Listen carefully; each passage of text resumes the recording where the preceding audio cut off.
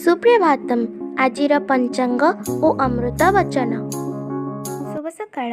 ଆଜି ଦିନର ପଞ୍ଚାଙ୍ଗ।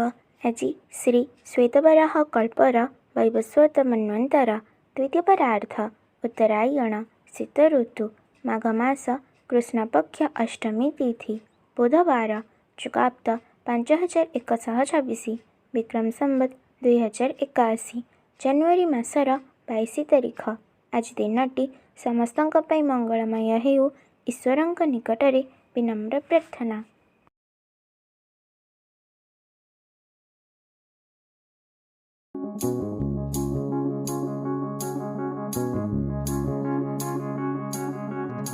ମନେ ରଖିବାକୁ ହେବ ଯେ ମନୁଷ୍ୟ ସବୁବେଳେ ସୁଖ ଶାନ୍ତିରେ ରହିବାକୁ ହେଲେ ସୁଖ ଶାନ୍ତିର ଆଧାର ଭଲକୁ ଜାଣିବା ଆବଶ୍ୟକ।